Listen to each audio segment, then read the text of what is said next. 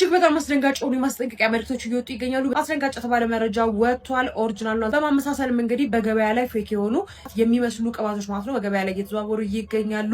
እነዚህ ቅባቶች የምትለዩባቸውም ድርጅቱ ማለት ነው የተለያዩ የመለያ መንገዶችን አውጥቶላቸዋል። ጋር የምትመለከቱት ኦሪጂናሉ ሲሆን በዚህኛው በኩል ደግሞ የምትመለከቱት ማለት ነው ፌኩ ነው። ለማሸጊያነት የተጠቀሙት ፕላስቲክም እንግዲህ በኦሪጂናሉ ላይ ጽሑፍ ያለበትና ኳሊቲ የሆነ ማሸጊያን የተጠቀሙ ሲሆን እዚህ ጋር ግን ፌኩ ማለት ነው ኳሊቲውን ያልተጠበቀ ማሸጊያን ተጠቅመዋል። በተጨማሪም ደግሞ በመክደኛው ላይ እዚህ ጋር እንደምትመለከቱት የኦሪጂናሉ ሰፋ ያለ መክደኛን የተጠቀሙ ሲሆን እዚህ ጋር በምትመለከቱት መልኩ ደግሞ በተቃራኒው ጠበብ ያለ መክደኛ አለው። እንዲሁም ደግሞ እዚህ ጋር እንደምትመለከቱት ማለት ነው በጠርሙሱ ጀርባ በኩል 50 ኢሜል የሚል ጽሑፍ ያለበት ፌኩ ሲሆን በኦሪጂናል ላይ ምንም አይነት የኢሜል መጠን ያልተጻፈበት ሆኖ እናገኘዋለን። እንዲሁም በተጨማሪ ደግሞ በካርቶኑ ላይም እንደምትመለከቱት ግልጽ የሆነ ልዩነት አለው። እዚህ ጋር የምትመለከቱት ፌክ ሲሆን እዚህ ጋር የምትመለከቱት ደግሞ ኦሪጂናል ነው። ይህንን ተጠቅማችሁ እንግዲህ ኦሪጂናሉን ለይታችሁ መግዛት ትችላላችሁ። እንደዚህ አይነት ቅባት ለሚጠቀሙ ጓደኞቻችሁ ይህንን ቪዲዮ ሼር አድርጉላቸው።